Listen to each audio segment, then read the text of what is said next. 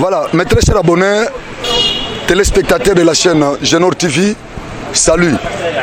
C'est votre humble serviteur Franck Osvaldo Hill. Nous sommes sur la chaîne, votre chaîne préférée, en l'occurrence, Genor TV. Présentement, nous sommes au centre-ville de Kananga. Kananga, c'est le chef-lieu de la province du Kasaï central. Nous sommes là parce que nous avons lu une publication sur l'internet. C'est une publication qui a tourné beaucoup sur les réseaux sociaux depuis hier, faisant mention à un certain refoulement de nos compatriotes de la province du Bandundu au Kasaï central. Voilà pourquoi nous sommes descendus directement sur la ville pour pouvoir passer une petite interview avec les Kanangais que nous allons rencontrer ici pour qu'ils nous expliquent si réellement que c'est vrai. C'est que les gens disent qu'à Kananga, on a expulsé les Congolais, nos compatriotes de Bandundu. Voilà pourquoi nous sommes venus et puis nous allons encore parler des élections de gouverneurs qui sera le 6 mai ici, mais les campagnes vont débuter demain au Capitole. Soyez branchés sur votre chaîne Genor TV. Demain au Capitole, vous verrez les campagnes qui vont débuter là-bas. Voilà, maintenant là, nous allons prendre nos compatriotes, les Wewa, qu'on appelle communément Wewa. Nous allons les prendre pour qu'ils nous expliquent un peu ce qui se passe ici parce qu'ils sont des Kananga ici, ils circulent trop dans cette ville.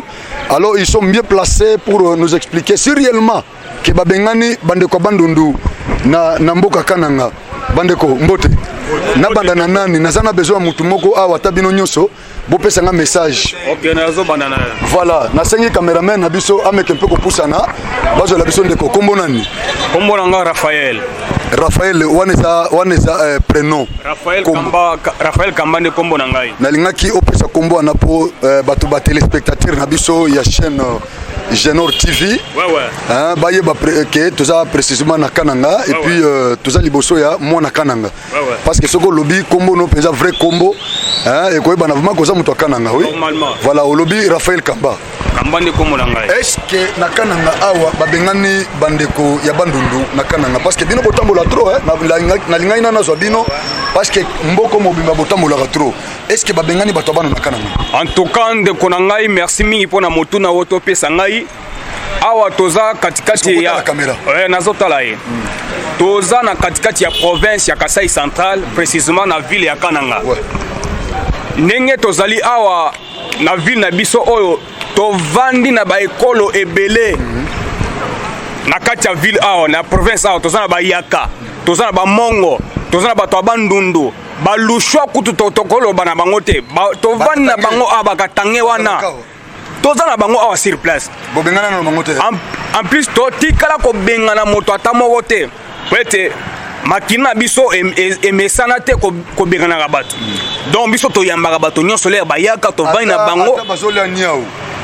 Ata bazolia bilo na bango nyonso to zana bane se bato banu bayaka bakwango bateka na ville bango basomaka baliaka na bango totira ko critiquer pe bango bamosusu bateka batanga usi awa ouais musu baliaka na nyoka ata miselekete wana baliaka bazolia na miselekete bazolia omone batumbi pena na makala moto wana donc moto atumbi akiosomba kwanga na ya adame na ye sans problème ezo déranger culture na binote soki bazolia miselekete bazolia banyoka ezo déranger culture na binote eko déranger te pote wana eza système na bango toko kipe nango na ndenini moto na moto donc azo se développer na façon na ye mais bozo coopérer calme tozo coopérer ensemble calme sans problème. Merci beaucoup.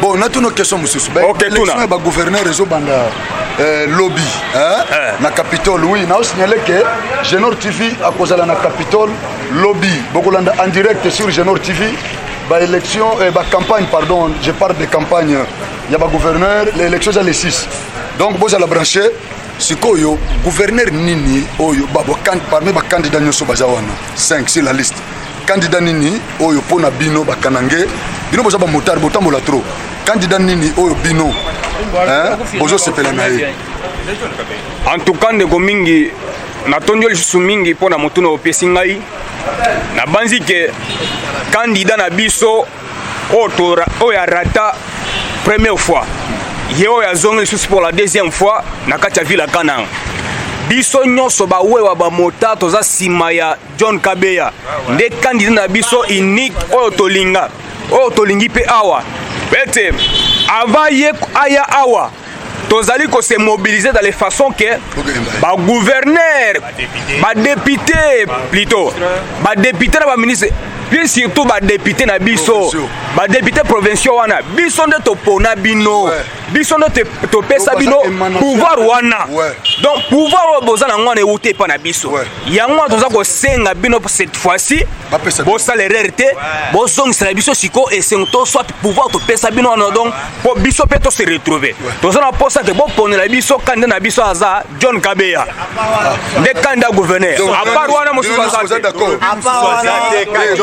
boza la sincère na lobby bino nyonso boza na caméra ya Genor TV bino nyonso boza d'accord pour na John Kabeya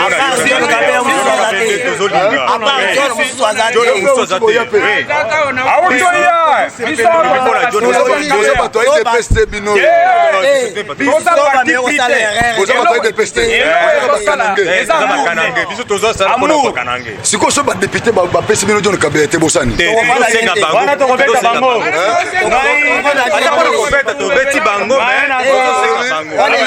wana bakoloka bitumba kosila te fale bapesi biso te bapesi biso kaka John Kabeya wande nde tolingi élection passé wana nga toke na calme na ordre yo komona komona eza Boaz taximen ouais Boaz taximen no Boaz pesa kombo bien kombo mboka bois Charles bois yebisanga na Kananga we sikani babengani bato bando na Kananga et awa alobi ke bato bandundu bazo bengana bango bazo senga na l'état atindela bango ba moyen de transport bazo kopana bango et awa te awa wana eza lukuta donc eza lukuta na bino boza ba motard botambola baziyaka wana bazo vivre à l'aise baza na bango à l'aise ekolo nyonso wana kaje ya baza à l'aise olobi nini bato baje bintu byabo byonse kati tutubeleje bajaje de bije bietere kati tutubakulat ba monto sujonza vi wenda mukonta wenda bango baliaka lisango wana ezada kwanga ata lisango wana soki balambi yango baliaka okipaka te ezala selekete ezala nyoka baliana bandundu to bumuntu me muji wakula oui caméra nkantanyile bien me muji wakula imvu kuchika pa nsumba jama lelo nankulu mukanambo kwendesha ngajibi mushara motar bashipo mukajini bana banayi ni mushara ni mwana wo shara mabuki ni mwena bandundu to chana mabuki njibu bubu buto il faudrait que tu vivre bon so ensemble bwana tuji tunje tuje kompa kato ene ni bwaru ni muntu na shomoto siko projet chilejelo zande nini projet ya chilejelo ndezo tambula bien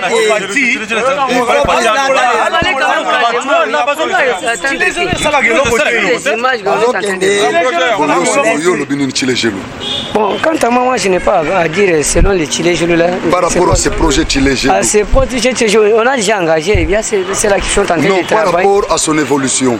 L'évolution, non, ça évolue comme. Non, ça évolue bien. Est-ce que vous êtes content de son évolution? Pas tout le monde. Il y a ceux-là qui sont adhérés, il y a ceux-là qui sont en train de. Qui ne croient pas, et ceux-là qui sont en train de faire les taxis motos comme nous les autres ici. Nous ne sommes pas engagés. Quant à la route Kalambambouji. La route Kalambambouji, bon. Jusque-là, il n'y a pas la réaction. Ça n'évolue pas. Ça n'évolue pas. Depuis qu'on avait dit non, on doit voir donc la route Kalambambouji, jusque-là, il n'y a pas eu la réaction. Mais la Chite Katende. La Chite Katende, ils sont allés seulement visiter. Jusque-là, il y a seulement des poteaux qui on est en train de mettre les poteaux. Bon, juste là, on n'a pas encore réhabilité. Donc, pour que Kananga se désenclave ou se développe, quels sont les projets prioritaires? Bon, les projets, bon, ça dépend aussi des gouverneurs. Les projets prioritaires. C'est en cours. Vous avez beaucoup de desiderata, de besoins. Des besoins, oui, effectivement. Si on vous posait la question maintenant, pour que votre ville ici se développe, quel est le projet prioritaire? Nous avons besoin de l'eau. Premièrement, à la première position, on peut mettre l'eau. Vous n'avez pas de l'eau ici? Ah non, pas à 100%. Je parle des projets prioritaires pour désenclaver la ville. Pour développer. Attendez, on doit citer le tout là. Il faut qu'il y ait d'abord de l'eau, il faut qu'il y ait du courant, il faut qu'il y ait des routes. Priorité, c'est ça les projets. C'est les projets, oui. C'est ça les projets. Ça englobe le tout. Il faut qu'il y ait de l'eau, il faut qu'il y ait donc des routes, il faut qu'il y ait des projets Kalambambouche. Depuis que Félix est au pouvoir, Nini a ça sali déjà. Oyo bino nakana na nenge bozaboy. Na lingi tolo basiko na nenga bien mutu moko. Allo banano banda Félix a eu pouvoir. Et loko nini nakananga awa. Oyo bino boza ba jeune et puis ba motard.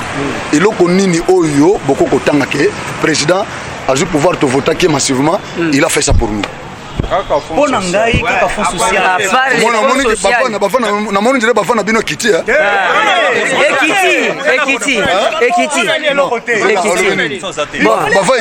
Bafa Ekiti, selon elle.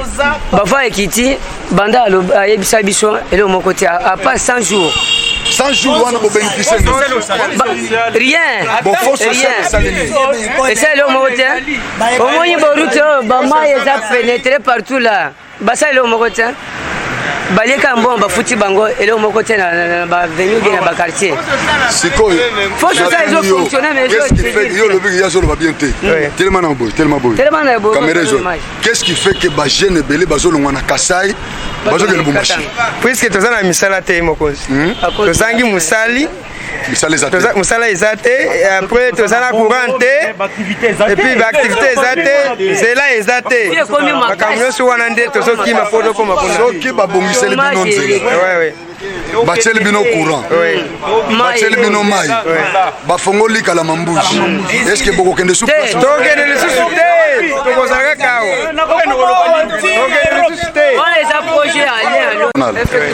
soki babongiseli bino kananga parce que bolobi boza besoin na banzela na bamai na babiloko wana nyonso soki batie yango est-ce que bokolongwa juste bokende katanga te nde bozokende batrain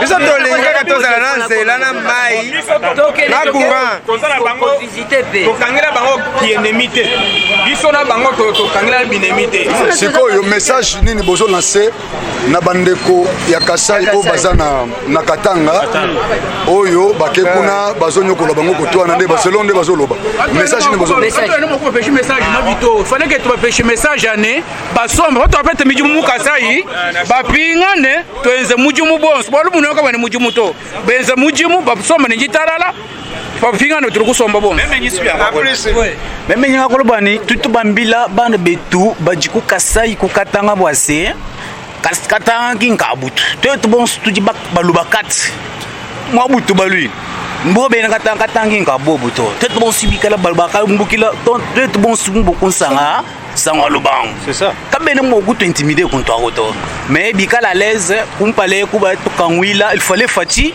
atukangwila Kalambambouche bolumboye mukangwila Kalambambouche tu ya toni mo Europe Kibwa chini. Donc Kalambambouche. Oui. Boko kende tine Europe. Tozo kende ti Europe. Tozo kende kusuma biloko na Europe. Ni tu ke bechinga bukatanga. Boko Tangola. Oui, toko Tangola ti Prince Brésil. Portugal. Portugal ti tozo kende. Maintenant kibwa chini tu wangwani bana beto bajuka katanga ikala ni lutulu kajika banu mwene nyito. Tu katangi ngabo ba katange to katanga nketu bonso bolo bana bonso bumbu kilo konsanga lo bang katanga tu bikala baluwa kat se bonso boy kipanyi ba pisha bikala njitala merci ça va et même dit ndemo ko di bana betu ba kasa bonso ba digi kala ko katanga na juma province ko balwa tibake na bukasa iketwa bikala baraka ko kabla kise kwa babenda baka sayembo so bikala ko katanga baka sayembo so bala ko katanga ba bikala ma province mi kwa bapingana mu kasai tibaka ai kasai to tusisanga to bonso bena Kasai tibaka Kasai bwana bwase bali bayikuibaka nyabe mikwabu ki ya buto Kasai ingete twapinga na tuju voilà te bon stukana bantu ezana question moko elinge kimanga imena récupérer yango question elinge kimanga parce que bino ne bayaya mboko nyonso jana bayanke nango ozo comprendre so kena kini okuta bayanka kini baza okena mbushima okuta bayanke baza na Lubumbashi même na France bayanke pas France baza ça dit ngana considérer bino loko bayanke ya kananga bato bayibi masolo bato bavanda sa idéologie na kananga siko question moko elinge kimanga maison ngelinga na province awa nani yango na ba autorité nyonso oyo ba dirigeant province oyo ezalo baza na kini ba grand député ba grand ba notable nazo ba politicien ba commerçant o batonga banda kwa bien awo po na boyinga na loba bino nde botambola na ba moto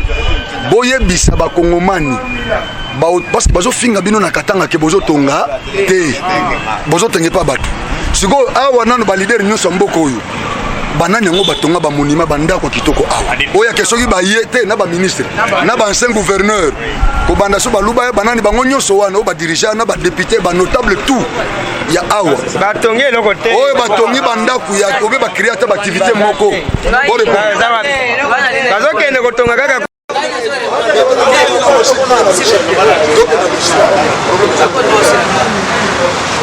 moi j'ai dit que non na sele meki mumweni kakwena kuiba kamukasa yenu bayo bete maputo baya kuiba kishe mumapi étranger bayo kishe zibini kishasa kishe mukutu kadiba mukasa yenu batemba sumuna homme politicien na shumwe kalmi do kishasa banga kulubaya c'est ça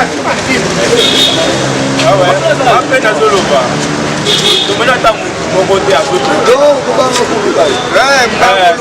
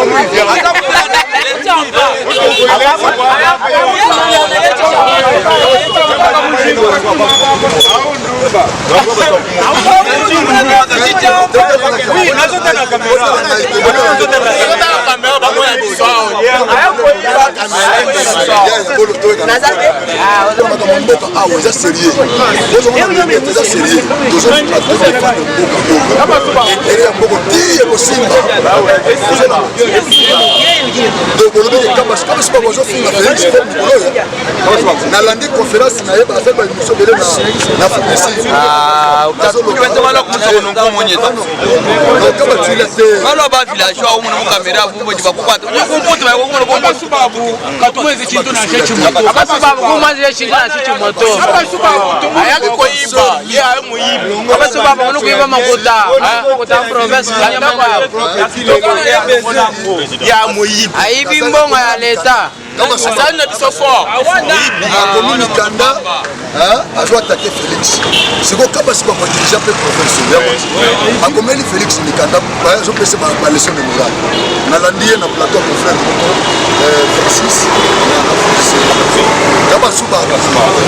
Kaba Tsula ba tout les autres Kaba Suba. libre penseur. Est-ce que Ambassade a tombé Azatana wetete.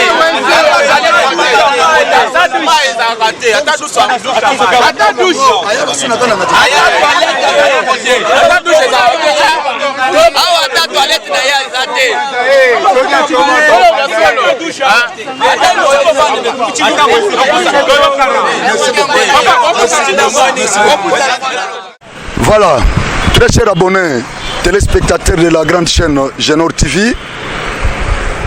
Toujours comme je vous avais dit que nous sommes au centre-ville de Kananga, nous sommes en train de récolter les informations selon une publication que nous avons vue sur l'internet. D'abord, je salue notre partenaire Tatou Bidoya en Irlande. C'est lui qui nous fournit beaucoup d'informations aussi.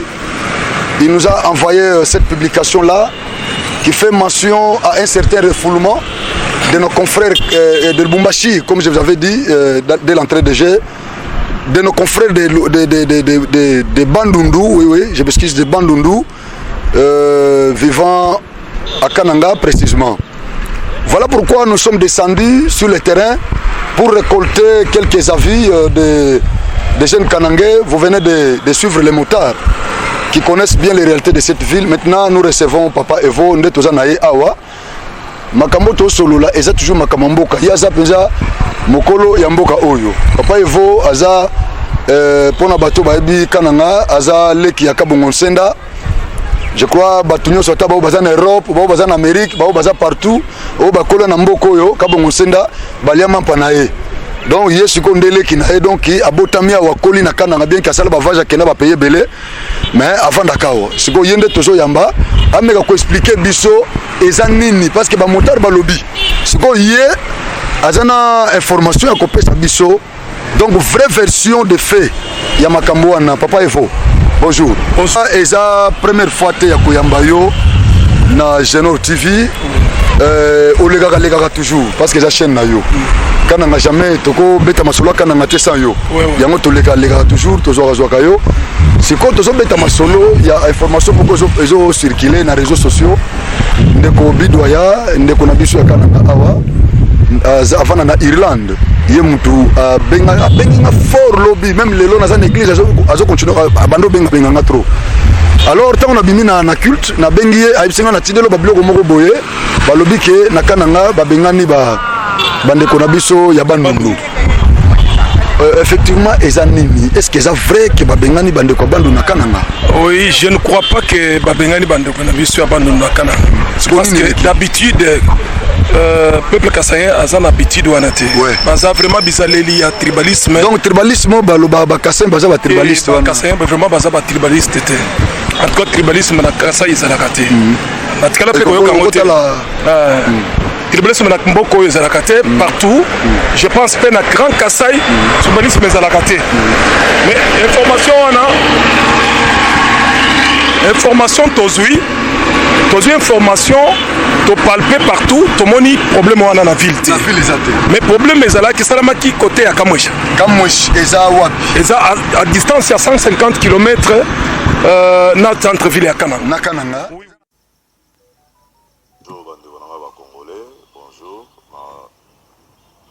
Sali audio oyo pour éclaircir un peu situation moko oyo elega kilobi na Kamwesha pour tozolanda vidéo moko ezokoleka na net.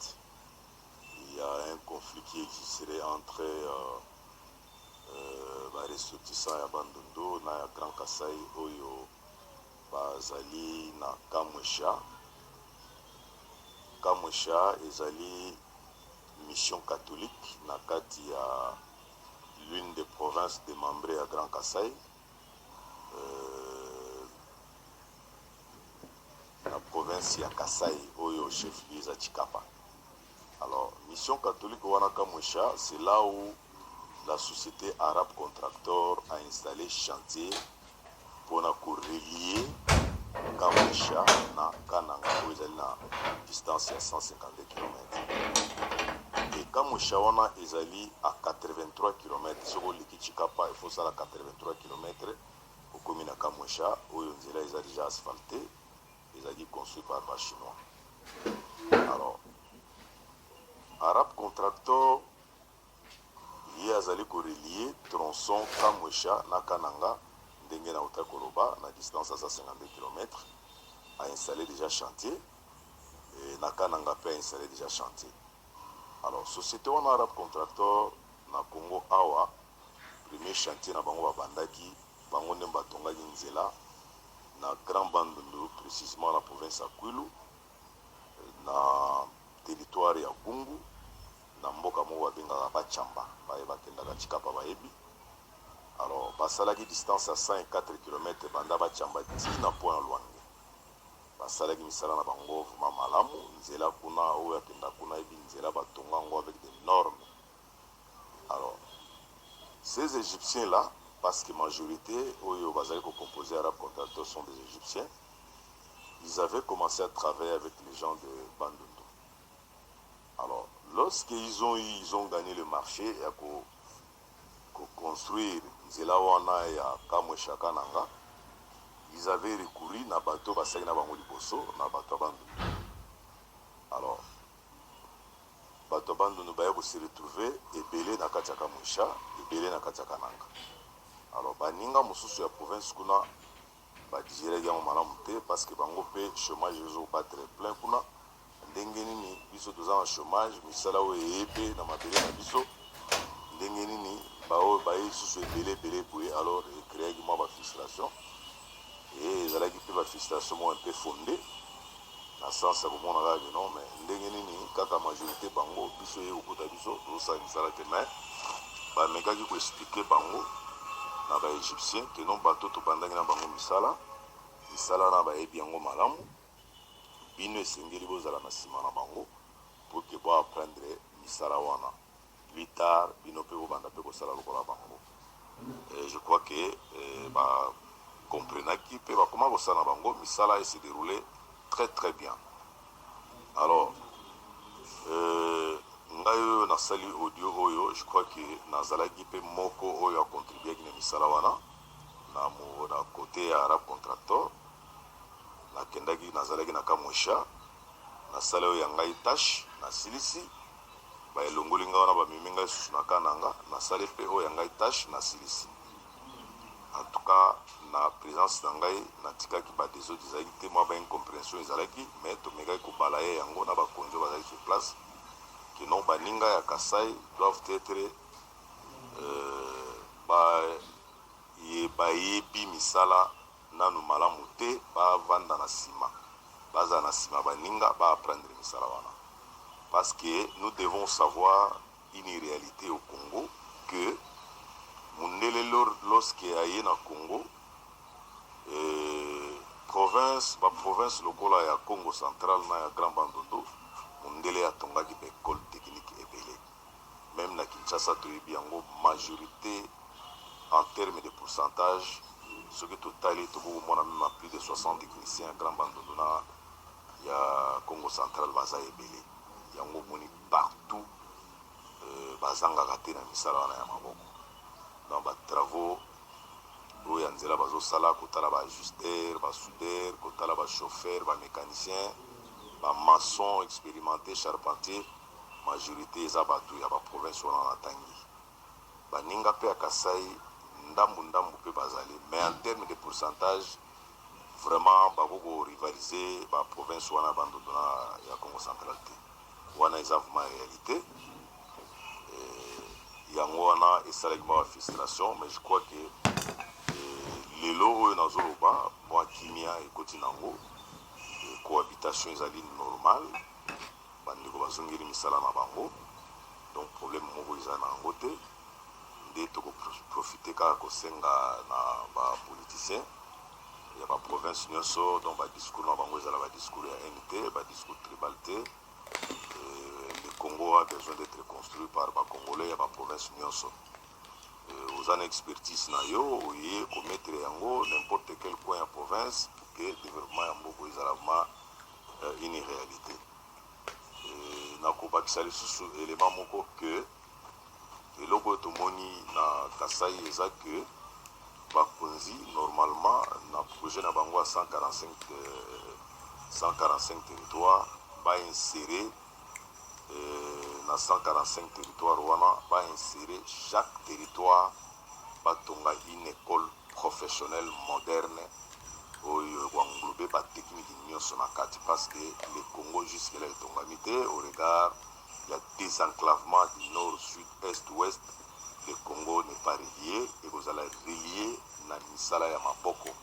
C'est pour cette raison l'État atia molende makasi na école professionnelle parce que mboka etonga magana maloba te maloba eleki mingi mais bato ya misala ya maboko na Congo baza mingi te.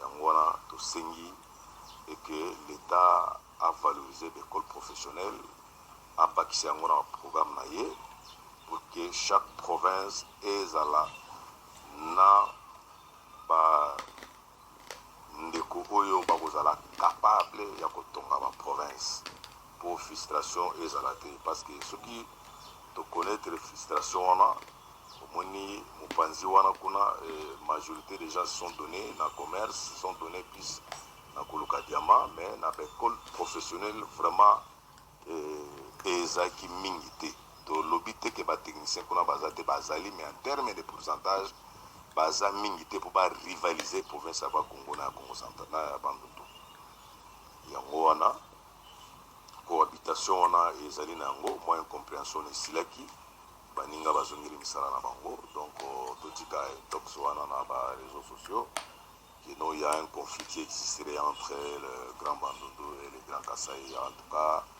et le Congo ezali na yango te cohabitation ezali malamu ngayo nazoloba je suis de Grand Bandundu mais je suis allé travailler là-bas j'ai fait mon travail je suis retourné sans problème alors bao bazolinga ko alimenter un tribal wana eza malamu te en tout cas tokoloba na bango déjà d'emblée ils ont échoué nos frères kassaïens donc bazalaka na politique oyo Kadhafi azalaka na yango ya kotia ba américain liboso libyen aza na nsima mais avec une mission yekola mosala oyo américain azosala soki lobi aza te yo koma kosala yango eza politique oyo il fallait kodévelopper pour que baninga bayeba misala wana ya maboko parce que Congo faut etongama na misala ya maboko. Alors tosengi na baautorité baaccompagner misala wana parce que soki misala wana esalemi ekomema un développement ekodiminuer exode rural oyo lelo oyo bandeko na biso ya Grand Kasai baza victime lelo parce que le Grand Kasai eza désenclavé or yango ndeza poumon ya RDC parce que soki motema ezokopema malamu te donc baorgane nyonso ekopema malamu te donc pour dire que projet wana ya Grand Kasai il fallait RSI badésenclaver yango ti Mbushimai et pourquoi pas ekele ti Lubumbashi pour que biloko ya Kinshasa ekoma na Kasai biloko ya Kasai ekoma na Kinshasa moto aya teki biloko na ye moya tikala eza te azongi na ye parce que kuna pe ça fait beau à vivre na moni na bakasai baza na bavile ya kitoko baza na bamboka ya kitoko bazamba ezali donc nyonso eza na baprovince mosusu côté agricole et tout ça en tout cas na bakasai ezali donc c'est question seulement baautorité na biso baacteurs politiques baacteurs sociaux ya contrée wana bameka kotia biloko wana exergue baprivilégier dialogue baprivilégier kimia et maloba moko ya NT ya tribalisme te tokosepela vraiment kimia ezala na moto nyonso toprêcher kimia. Merci beaucoup baninga oyo nazalaki nango ya koyebisa bino parce que ngai nazali témoin oculaire d'avoir été sur place, d'avoir été à Kamwesha, d'avoir été à Kananga, là où Misala Yanzila, il fallait être Banda. Première phase, Misala Nezalaki installation ya chantier, kotonga ba entrepôt, kotonga ba garage, kotonga koinstaller ba concassage, ba concasseur pour na makupuka mabanga, tout ça eza misala wana na koloba aujourd'hui en tout cas à 95% misala wana installation ya chantier ici. Je crois peut-être dans un mois ba travaux proprement dits. Province ya Kasai Orient, Kasai Central. Kamwesha eza na province ya Kasai na Chikapa.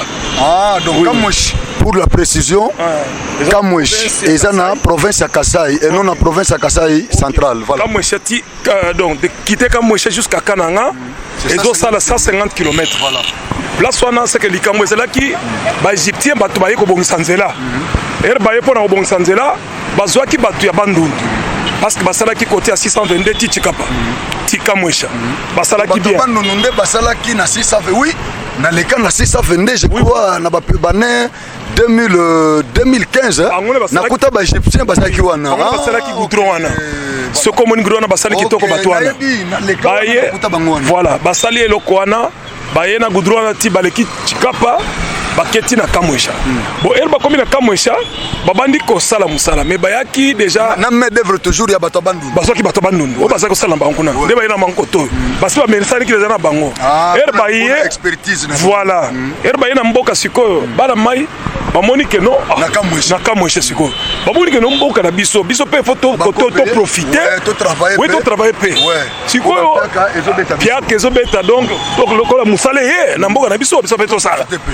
Bah comment on a non on pangi pangi ça va mais biso beto to sala moi discussion salamique ndingwa vous comprendre discussion salamaki bah il faut faire comprendre que non musala oyo bah oyo to sala ki na bango à partir ya kuna de to era bango to parce que ba mesani yango ba to ba comprendre likama mabe zate et ça na Kamwesha c'est loin eza na Kamwesha c'est ba village donc bato basolo bakeza na kananga wana eza na kananga te eza lukuta makambo tribalisme tozoka ngona Lubumbashi mais c'est sili ou bezana et sili likamata moko ezate bato bavandi bien mboka eza bien oh non table ronde na Lubumbashi mais kuna pa na bango na kananga bazo benga na bato bandundu est-ce que c'est salema déjà bozo menaça banga biso to yaka na kananga to kutaka bino botama awa okola na mboko boyi biswara mboko yo est-ce que banda histoire kananga banda boso bengana bato bandundu awa etikala ko sala mate eza bitide ya bakasayente Kasai Kwenyon sur tous les 4-5 provinces ya Kasai okoka te likambo bokende pa na bino biloka ndenge wana makila wana ezalaka wate na oka ke bino na bato bandundu bozala kambila bozana mo ba alien na non bambala baza bandeko na biso oye bakate bakombo ya bakasaye nyonso ezali pa bambala toyoka neti bakasongo mo ba mutombo kalala ilunga donc ilunga pe bakombo wana eza pe na Lubumbashi okay oye na Lubumbashi bandeko na biso bazana baluba wana baluba ya lolo baza bandeko na biso toza tombimi epa ya koko moko bambalozoka wana baza bandeko na biso ya bandundu wana bakombo na biso nde bakombo baza nango bakombo ya biso nde eza na Lubumbashi na tribu ya baluba kati biso toza baluba ya Kasai bango pe baza baluba kati ya Katanga kuna donc on veut dire likambo ya mabe eza te makambo ya tribalisme eza musala oyo ezalaka na Lubumbashi en tout cas bato ya bandundu baza ba tribaliste siko awa bazoloba keno bolongwa na Lubumbashi bandeko baza kuna balongwa bazonga awa pourquoi pe bozo tonga mboko te papa ifo pour nini bino bozo zo bambongo pe na mboko tozolobela yango wana il fallait vraiment na place wana gouvernement atala pelika mwana l'autre la caméra vous comprendre hein wana vraiment faut gouvernement atala pelika mwana pourquoi soki lelo ba investisseur bato nyonso bato mbongo bazobimba bamboko bazokende ba Lubumbashi ba Kinshasa bazokende pona babongisa bazokende ko sala misala kuna pona ba faire avancer ba misala na bango pourquoi parce que awa soko fongoli parfois magasin munene ata muke ba impôt taxe lekimi oko sala musala te tozala baninga na biso tozala ba misala nyonso bakimi kana parce que yo za grand commerçant na mboko ya batu nyonso bakimi bavandeli na bakisasa ba Lubumbashi bakepo nani parce que d'abord taxe lekimi mboka mbongo ezalaka te bon bango taxe lekimi faut pe ko tala ke non peroni batu bazolekeza bien te donc il fallait gouvernement matala likamwana c'est-à-dire na comprendre na sur version mususu et pas na ye papa Evo Chisenge aza tolobi azaleki kabongo senda pona bande konyoso baliama pa kabongo senda na mboka oyo yazaleki na ye puis aza parmi ba grand commerçant ya mboka oyo azana siko mikolo oyo azana monde ba grand car ba grand camion oyo kindakini babandundu kananga biloko nengo nde masolo azobeta siko oyo aza mieux placé pona kopesa parce que totuni ba motard balobi que batwana batongaka ba police batongaka te siko yaza parmi ba commerçant yango toke luko epe lisusu aya loba pourquoi bango bazotonga te mais ya lobi que ba impôt na ba taxe eleki balobaka trop d'impôt tu l'impôt ba impôt na ba taxe les sommes to créer une activité na kananga ba impôt na ba taxe leki malgré ça papa il faut mais pourquoi beaucoup tongata te malgré pourquoi bozo kanata te membre ya FEC mais pourquoi beaucoup négocier te ko tonga ba na l'état ko to bato tonga so tamboli pe omona ga meke bato tonga vraiment bato tonga bato nyonso ba kimité ba msusu bazali tout ça na mboko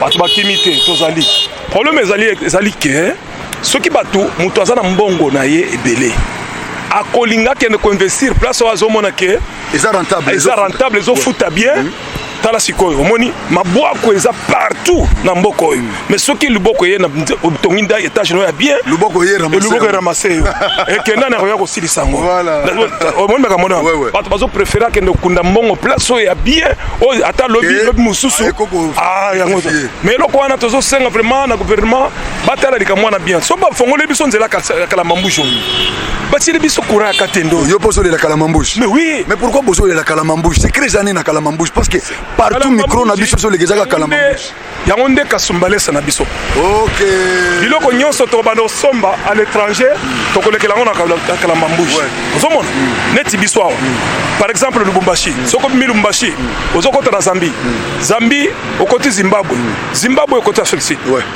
biso pe awa soki na bimikaka kananga nakoti Angola Namibie Afrique du Sud tu vois OK fongoli bisezo bimakananga oyo ekoti awa na dundu okoti Namibie yo na okoti Afrique du Sud zo comprendre ndenge mona Lubumbashi bato bimaka OK obimi OK Zambie OK Zimbabwe zo comprendre Zimbabwe opasoli wana Afrique du Sud zo comprendre sikoyo lobby ba campagne ya ba gouverneur ezo banda na Capitole na répéter na lobby boza la brancher na Genor TV lobby boza boko vivre cérémonie wana en live lobby ba campagne ezo banda lobby ya ba gouverneur toza soki na 5 candidats na liste siko selon yo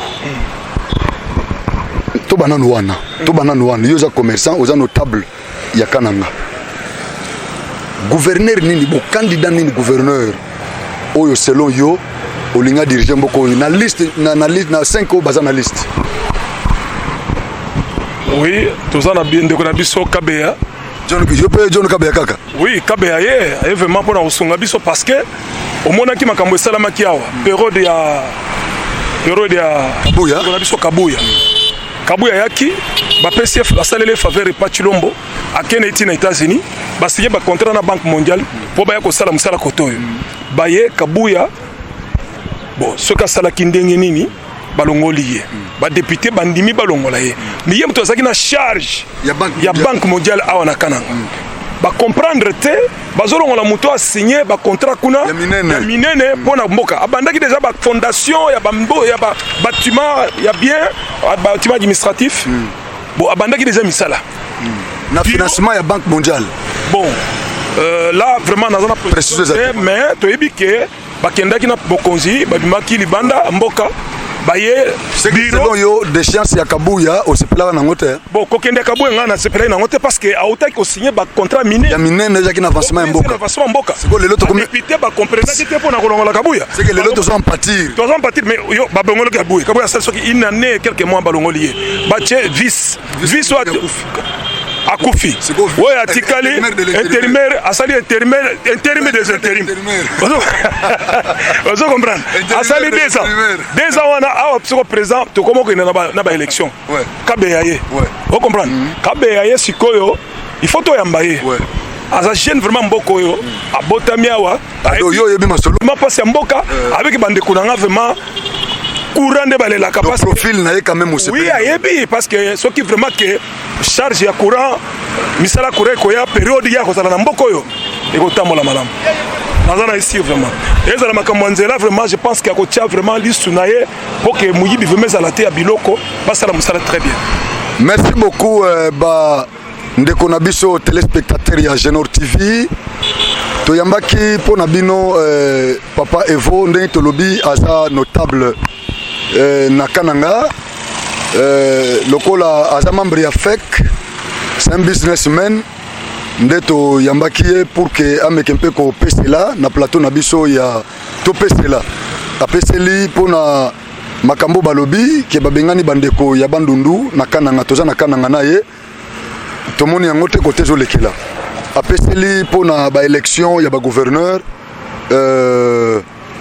apeseli pona makambo na nyonso selon ye alobi aza clair ake de gauche à droite à lobby pour naie candidat préféré naie et ça John Kabeya ngo bolingi bo pour nini ako simbisa biso touche te papa Evo soki siko ya simbisa biso touche koloba suni papa Evo soki ezaki touche et puis ko pe ko sala manango ah oui et ko sala manango mais moi idéologie s'adresser na ba député provinciaux parce que yo vota bango pour bango ba voter bino ba député provinciaux nazali koyebisa bino bon ça l'erreur était pourquoi est-ce que koloba na chuluba te message na lingi message ouais message vraiment wana nazolo ba on chuluba nous ba député beto batu ba songula to ba no songula ba no kana no to akuila no jiba manye mala no jibenz no jibumbu shaka boye mwa ben mandat a banque mondiale pambiji kaboya mumbuka wakuya intermédiaire ushala ufwa wakushala intermédiaire muko wabwela ufoka bon musa bakene mwanzi mujimuto il n'a pas travaillé